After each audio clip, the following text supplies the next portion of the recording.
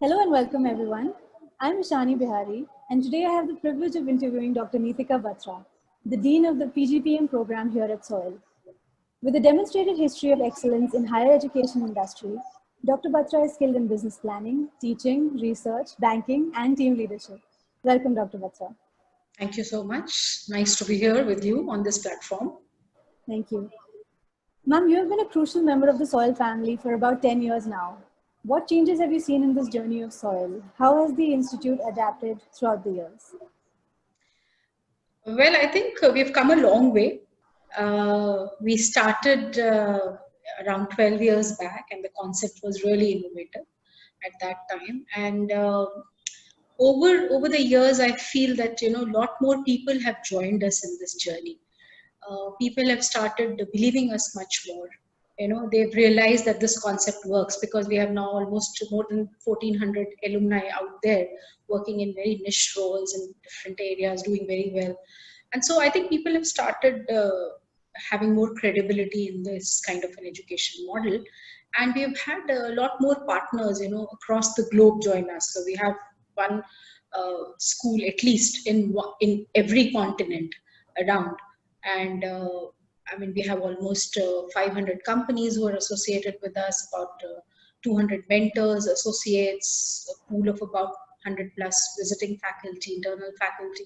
So I think all in all, we've been very fortunate that a lot of people have supported us, joined us in this journey, and have made it very, very meaningful for all of us. Wonderful. And we see the benefits of having so many partners and so many people supporting us, and it's obviously there's a growth in leaps and bounds. So happy to be there. Yeah. As dean of the program here in the 1-year PGPM, what is your long-term vision for the flagship program? Well, I would really love if this program can, be adopted. This kind of a model can be adopted by many more education institutes, and not just at the management level, but also at school level, undergrad level, because education is about holistic development of people, and I think we need to start early on, right from the childhood at the school level, with that kind of an approach, where you are teaching children the importance of soft skills, respecting them for their multiple intelligence and not just their one side IQ, and make learning interesting, make it fun, make it relevant for everybody, and make it a lifetime approach towards careers, and not just a limited approach of employment, immediate employment or financial benefit, right? So I think education can do wonders to the personality and to the life quality of life of any human being, and to the nation, it's like the building block for the entire country and then for the planet. So I would really love if this concept can be adopted by more and more people across, so that together we are able to kind of make lives better, make the planet better for everybody. That would be a great thing to see. Absolutely wonderful to hear. Ma'am, the SOIL curriculum is so dynamic and innovative because we're always adapting to the new requirements of the industry. According to you, what are some of the promising innovations in business school education that we have adopted in the SOIL curriculum? Plenty, I would say. I think we were the trendsetters in many areas. I think the concept of basing the entire education system on multiple intelligence, on focusing on character, focusing on inspired leadership, value system. These were, we were very pioneers in that space ourselves. But over time, we've also taken a lot of feedback from the industry. We constantly do that, every year regularly, plus during the year also, we take a lot of feedback to see which way the industry is moving and what are the requirements and how can we embed that into our curriculum. So we were probably the first ones to embed analytics into our management program. Then design thinking, we have constructed an entire campus program around liberal arts and design thinking. Then digital transformation, I think digital businesses, for the last 4 years, we've put a lot of trust into that space in the curriculum, in the events that we do and everything. So a lot of these things that we have kind of brought into a learning design. But apart from that, I would say also into the pedagogy. So, bringing a lot of industry leaders into classes to give them, to give our students an exposure to the practical application of what they study in courses, experiential learning that we talk about. So, I think a lot of these factors have been inbuilt. With a balance of hard skills and the soft skills, because soft skills are equally important, if not more, than hard skills at times. So people's ability to take initiative, to manage teams, to resolve conflicts, build trust. So these are very important skill sets which all managers must have, and we put a lot of emphasis into that, because that's something we hear from the industry often, that they want more, they want to see more people with those skills. Yeah, and I mean, interacting with the students of Soil, you can see the transformation from when they join and when they're leaving, and it's remarkable to see the growth, both personal and professional. And I think that is definitely thanks to the pedagogy and the curriculum. Wonderful. And ma'am, you mentioned digital business. There's so much emphasis on this already. So how is Soil looking at digital specifically, and how has the current crisis accelerated that?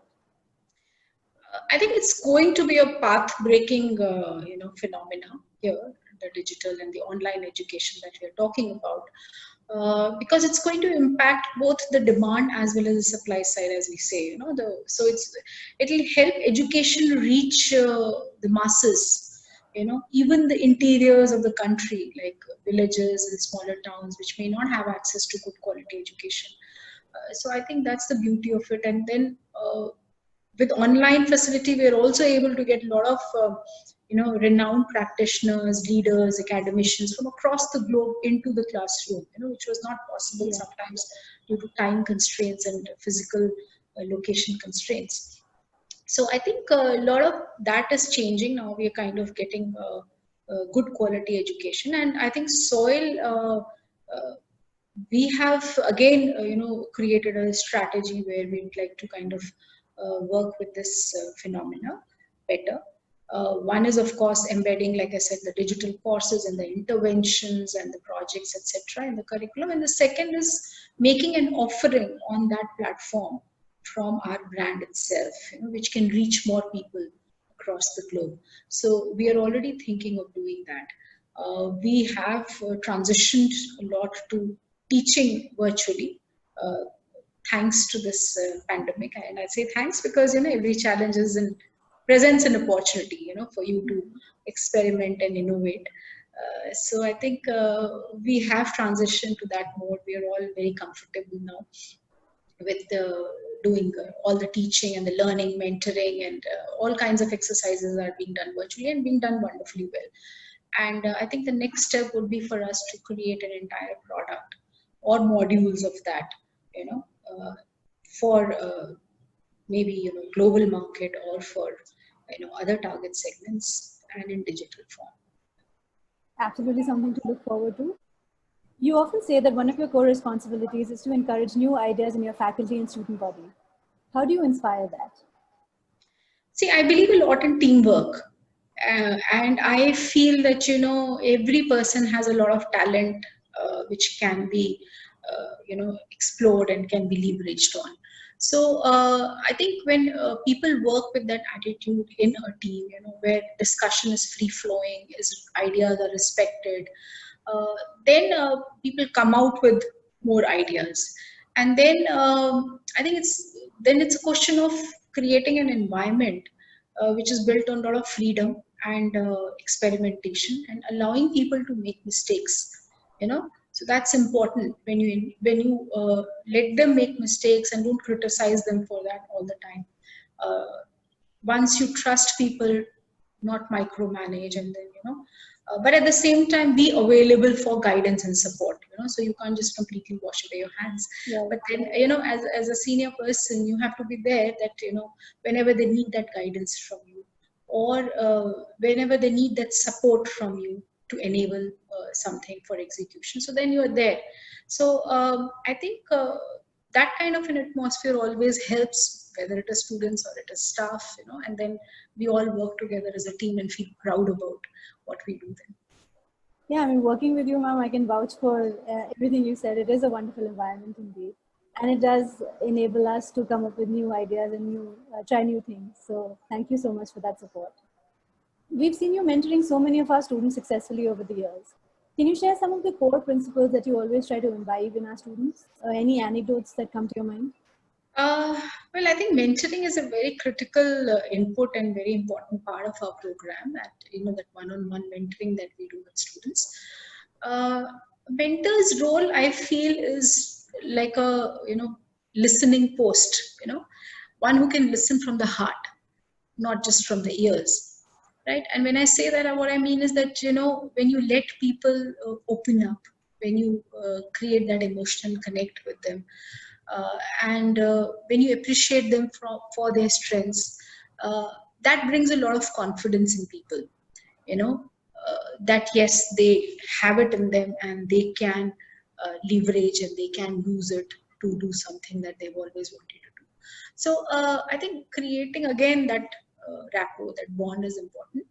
And then of course, giving them the right direction and creating right kind of opportunities for them to the best extent possible, right? And then gently nudging them in that direction often, so that they don't go off track or lose focus of the goals that they are on.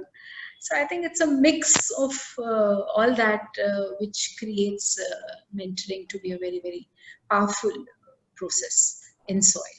And that is what I try to do with my mentees. I think people are bright in general. They have a lot of talent. It's just that they just need that little nudge and little direction, which as a mentor I try to provide. Wonderful. As an experienced academician, how do you view research? Oh, extremely important. Research is something which is very, very close to my heart, because my own research in PhD was on a subject which was again, something I thought was very relevant in priority sector lending by banks. So which can be used as a great instrument to change the quality of life for the masses, especially in the rural sector and small scale sector and such sections. And so I think research is important because it helps you deep dive into some area, and understand it threadbare, rather than just be at the superficial level of everything. So you understand that knack of how to deep dive and gain that depth, when you do research. And then the methodology itself is so logical, it's so wonderful. I feel people should use that as a framework in whatever they do, and even whether it's business problems or any other problems, it gives you a very credible way to approach problems, where you are first starting with defining the right kind of problem, because 50% of the solution, I always say, lies in that. Then having the right kind of tools and analysis, data and everything, and then how do you integrate the findings and create recommendations out of that, from which you can make the state of that space better. So I think research can be a very powerful tool. It just opens your thinking horizons. I always say, like really, really in a great manner, and then helps you, I think, create a very, very constructive and a very credible way of approaching situations and problems. So that's what I encourage in my students all the time, that it's not just enough to know your subjects. You should be able to create something new through research. By the end of the program, you should be able to do that also. So put a lot of emphasis on that. Yes. Absolutely inspiring, and I think that is something that makes all students stand out as well, because it just opens up it opens up a whole new way of thinking. So that's really very important.